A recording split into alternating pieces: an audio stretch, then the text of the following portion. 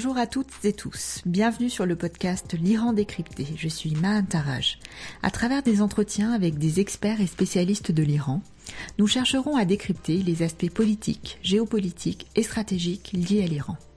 Que ce soit le rôle de l'Iran au Moyen-Orient, les mouvements de contestation dans le pays, la propagande orchestrée par le régime iranien, ou encore la place des femmes dans la révolution en cours. Bonne écoute à toutes et tous.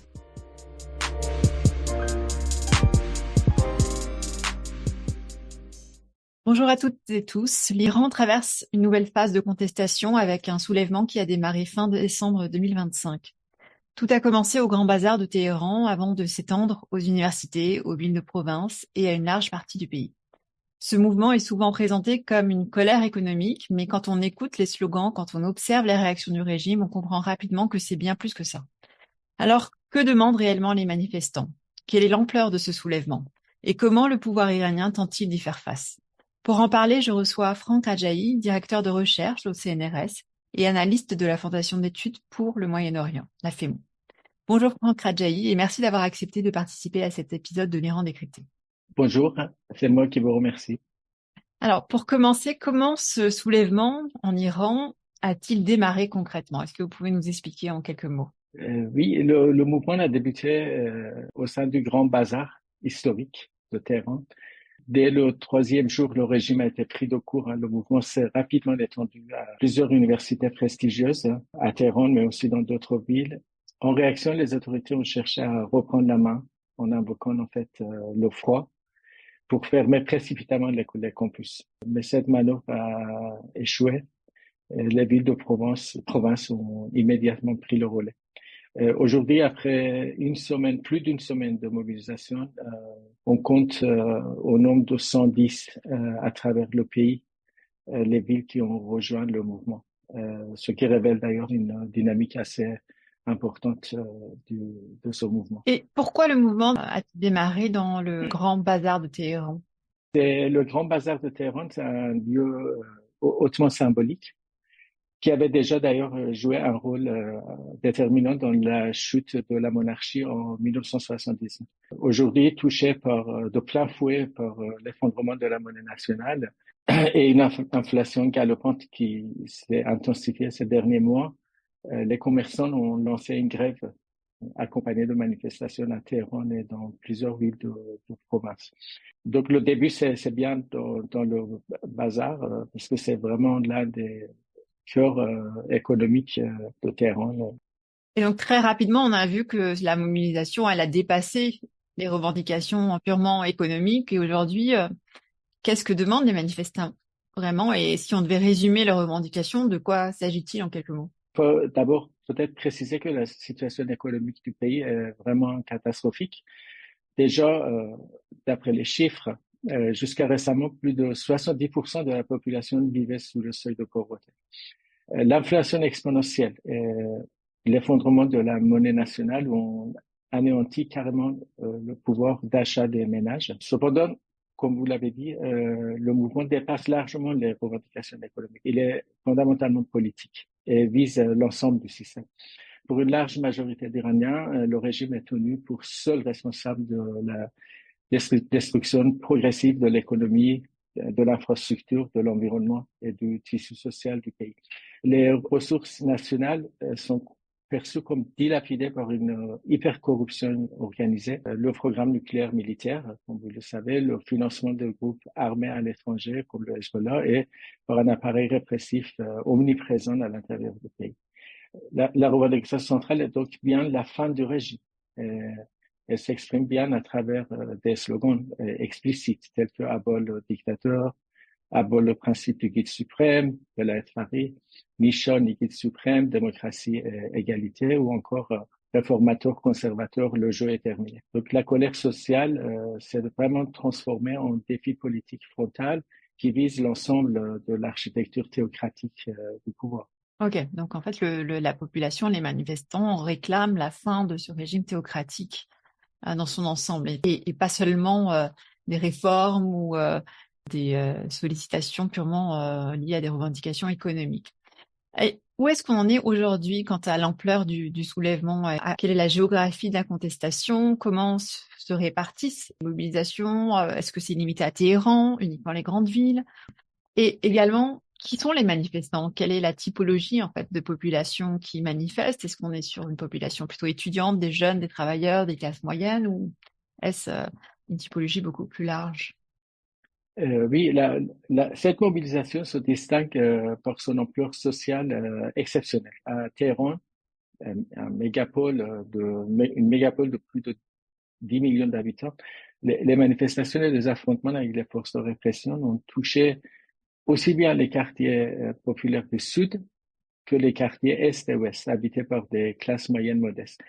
Dans les villes de province, les funérailles des victimes de la répression ont souvent donné lieu à des rassemblements massifs, transformés en actes de protestation collective. Autre élément marquant, c'est la diversité générationnelle. Aux côtés des jeunes, on observe la participation active d'adultes, de personnes âgées, parfois même d'enfants.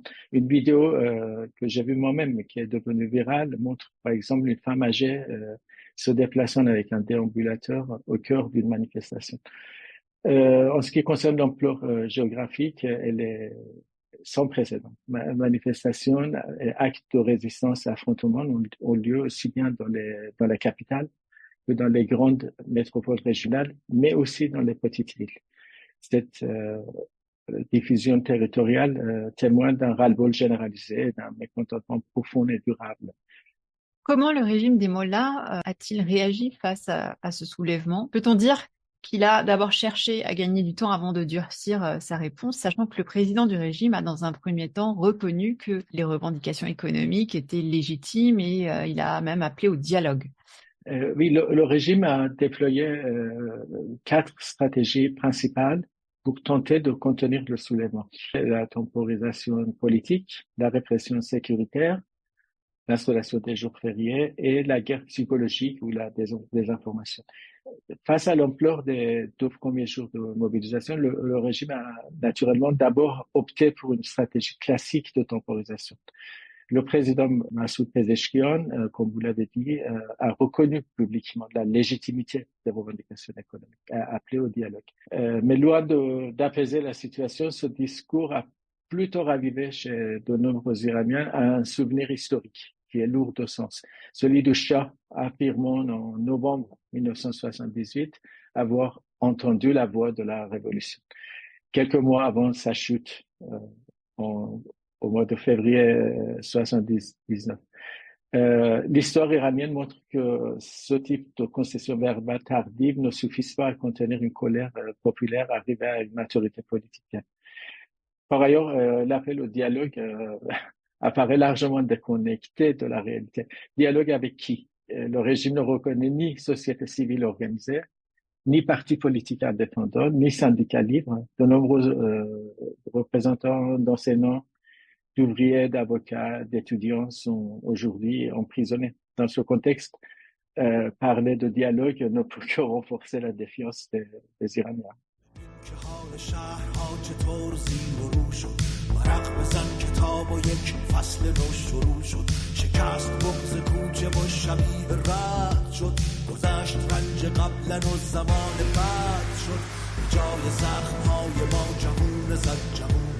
سمت بود خدا چه سنگ ها که شد روون فرار گله های بزدل سپاه و دیدی با ترس تو نگاه آیت الله دیدی بزن بزن تبر به ریشه ستم بزن بزن بساط ظلمتو به هم بزن بزن با تیر و مشت باورت حضور آخرت بکش رو این تباهی ها قلم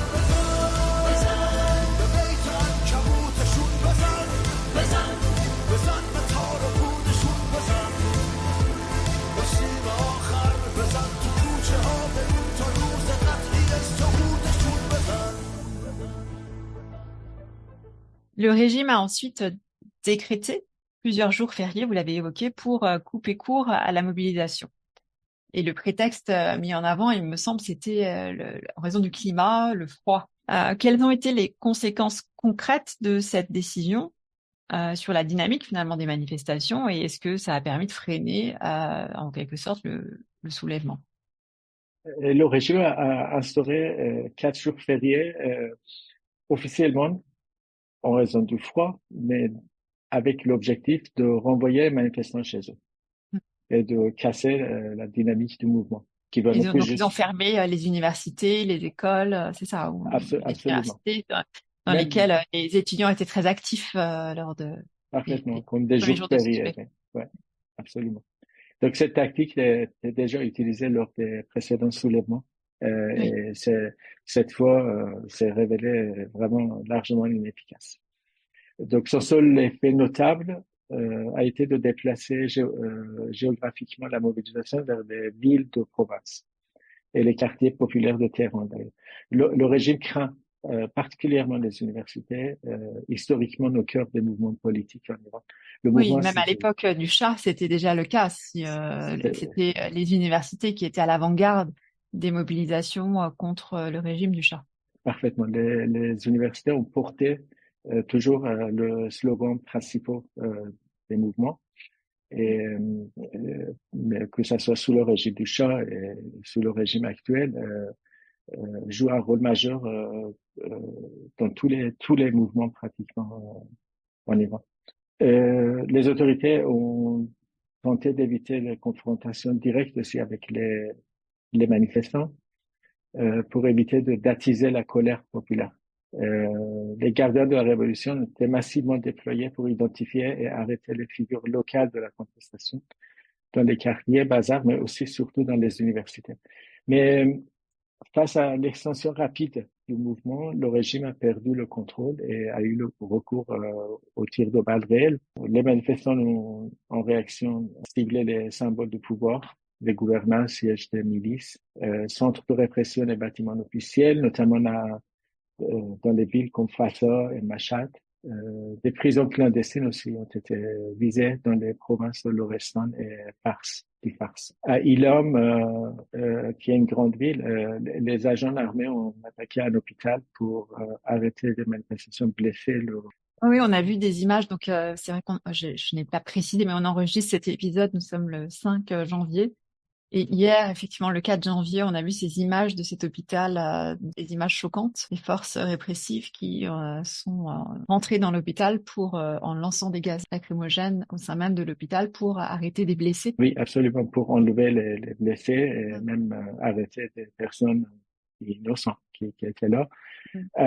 Malek Shahi, une autre ville de la province d'Ilam, les agents répressifs ont tiré, ont ouvert le feu sur les manifestants. Donc, le dimanche matin, le bilan du nombre de victimes s'est élevé à au moins 24 manifestants tués. On a l'impression que le peuple iranien agit avec une grande intelligence et détourne les stratagèmes du régime que vous évoquiez. Quel est l'impact des unités de résistance dans cette prolongation des événements liés à ce soulèvement et est-ce que ces stratégies ont produit les effets escomptés?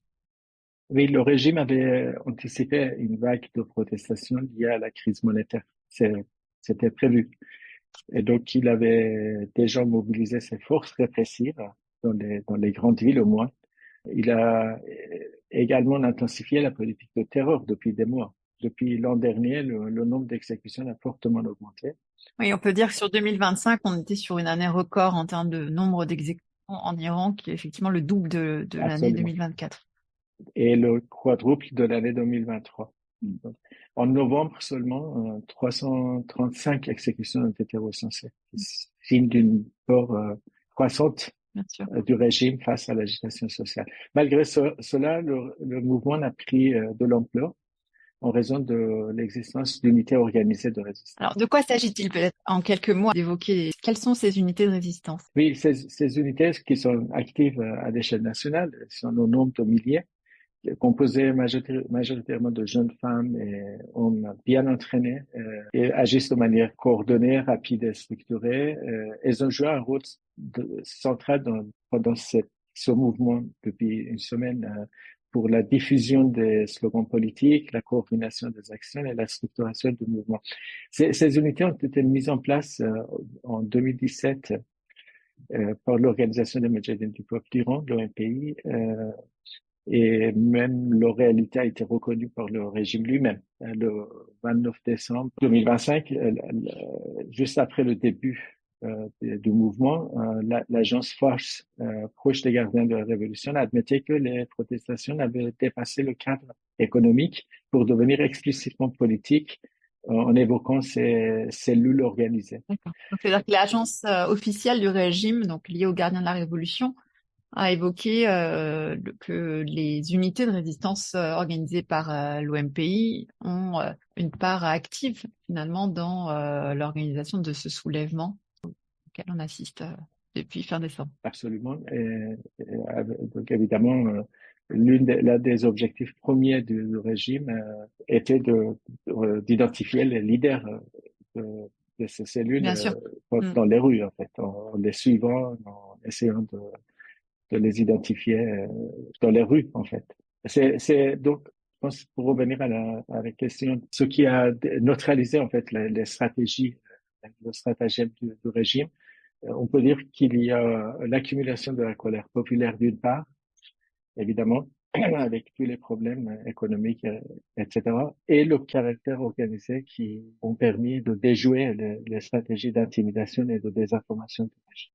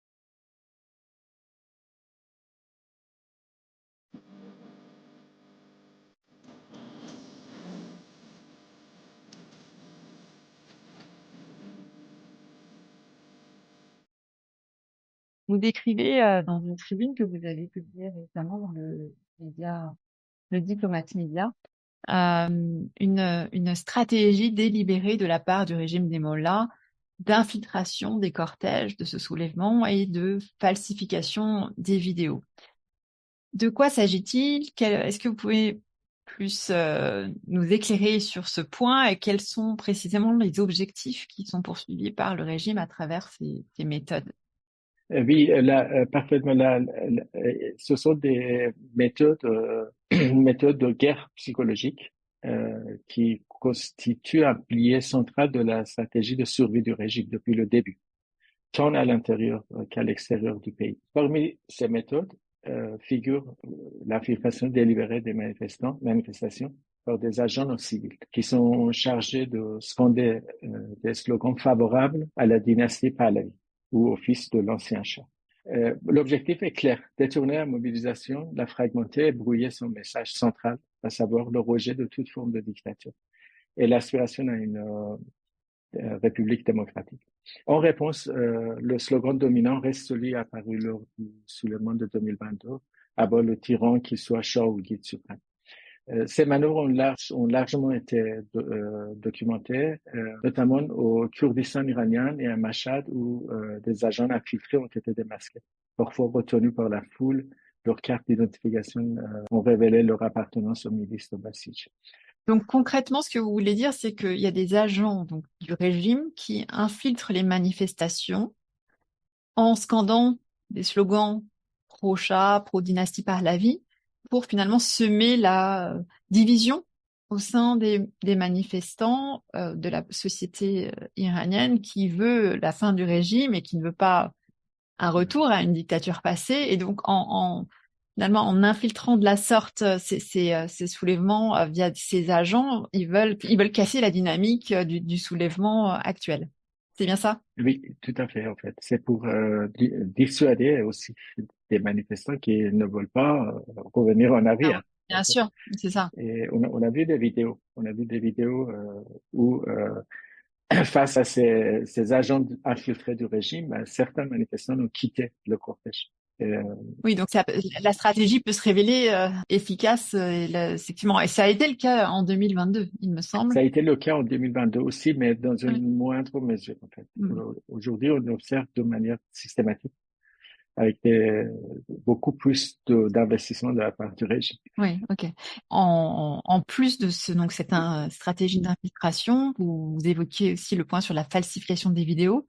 Donc là, C'est ça. concrètement, de quoi s'agit-il? On assiste à quel type de falsification? Oui, on a pu voir de nombreuses vidéos falsifiées qui circulent sur les réseaux sociaux, utilisant des montages sonores ou des voix synthétiques pour stimuler des slogans pro-monarchistes. Les analyses techniques révèlent souvent des incohérences flagrantes, désynchronisation labiale, l'absence de bruit ambiant et le recyclage d'images anciennes aussi. L'objectif est de créer une polarisation artificielle et de faire croire à l'absence d'alternatives politiques crédibles aussi, en fait, puisque ces slogans sont typiquement pro-monarchistes. Or, il existe une alternative crédible qui est le Conseil national de la résistance iranienne, qui propose depuis plusieurs décennies un projet fondé sur la souveraineté populaire, la séparation de la religion et de l'État et l'égalité entre les femmes et les hommes, l'abolition aussi de la peine de mort et le rejet de toute forme d'autoritarisme, qu'il soit théocratique ou monarchique. Le programme en 10 points de sa présidente élue, Madame Mariam Rajabi, constitue une feuille de route très claire pour une transition démocratique menée par les Iraniens eux-mêmes, sans ingérence étrangère ni retour au passé. Donc, c'est précisément parce que cette alternative est organisée et gagne en audience que le régime multiplie ses campagnes de diabolisation et de manipulation. On peut le comprendre en présence d'une réelle alternative. Sinon, il n'aurait pas besoin de falsification. On entend notamment en France et dans certains pays occidentaux des voix qui affirment que ce soulèvement traduirait une volonté de retour à la monarchie, justement. Peut-être parce qu'ils sont influencés par ce que vous évoquiez, les falsifications de vidéos et les infiltrations de cortèges que vous mentionniez. Or, ce que vous décrivez, justement, montre que ce courant reste finalement très marginal sur le terrain. Et donc, comment peut-on expliquer ce décalage entre ce discours tenu à l'extérieur de l'Iran et la réalité du mouvement auquel on assiste en Iran? Mais je pense que la meilleure preuve du caractère marginal de cette option monarchiste, c'est précisément l'ampleur de la désinformation qui l'entoure. Si l'Office du Shah ou des cercles monarchistes qui l'accompagnent constituaient réellement une alternative politique viable, et il n'y aurait tout simplement pas besoin d'un tel déploiement de propagande, de manipulation, de récits artificiels. La mémoire collective des Iraniens n'a pas oublié les prisons du Shah, les tortures infligées aux prisonniers politiques par le Sabak, le service secret du régime du Shah. Dans les faits, ce ne sont pas les monarchistes qui sont ciblés par les campagnes systématiques de diabolisation du régime, mais bien le CNRI et le MPI. Les Iraniens se sont courageusement battus pour la démocratie depuis plus d'un siècle, contre la dictature monarchique et des Pahlavis et contre la dictature religieuse. Le sens du mouvement actuel est précisément une renaissance, une vraie renaissance, en rejetant toute forme de dictature, comme vestige de siècles d'obscurantisme. C'est un mouvement très profond dans la société iranienne du XXIe siècle. Donc, c'est pas une accumulation des protestations, mais c'est un vrai mouvement profond de la société iranienne qui touche beaucoup les jeunes, la génération Z. Pour conclure, que peut-on concrètement faire pour soutenir les manifestants et les protestations en Iran? Oui, les condamnations verbales des atrocités commises par le régime sont nécessaires, mais elles sont loin d'être suffisantes. L'expérience montre que des déclarations sans suite concrètes n'ont jamais freiné la répression en Iran. Donc, un premier enjeu fondamental concerne l'information. comme nous l'avons évoqué, le régime mène une guerre massive de désinformation. Il est donc essentiel que certains médias, notamment en France, ne deviennent pas, volontairement ou non, des relais de récits fabriqués par terre. L'histoire doit nous servir de leçon. Rappelons que Khomeini avait bénéficié d'une exposition médiatique complaisante durant son séjour en France, avec des conséquences dramatiques que nous connaissons. Soutenir les manifestants iraniens, c'est d'abord respecter leurs voix et leurs revendications réelles. Cela signifie relayer fidèlement leurs aspirations démocratiques, le rejet de toute forme de dictature, qu'elle soit théocratique ou monarchique, et leur combat courageux contre le fascisme religieux. Mais le soutien doit aussi être politique et concret. Cela passe par des sanctions ciblées contre les responsables de la répression, par la fin de l'impunité diplomatique du régime, par l'inscription des gardiens de la révolution sur les listes d'organisations terroristes très demandées par les manifestations organisées entre autres en France ou en Europe, et par un soutien clair aux droits humains devant les instances internationales. Enfin, il est important de reconnaître et de donner de la visibilité aux forces démocratiques organisées qui existent réellement sur le terrain et qui portent un projet de transition crédible. Merci Franck Radjaï pour votre éclairage et votre analyse sur la situation actuelle en Iran, sur ce soulèvement qui a démarré fin décembre et qui continue à l'heure où nous enregistrons cet épisode. Merci beaucoup pour votre éclairage et merci à toutes et à tous d'avoir écouté cet épisode. C'est moi qui vous remercie.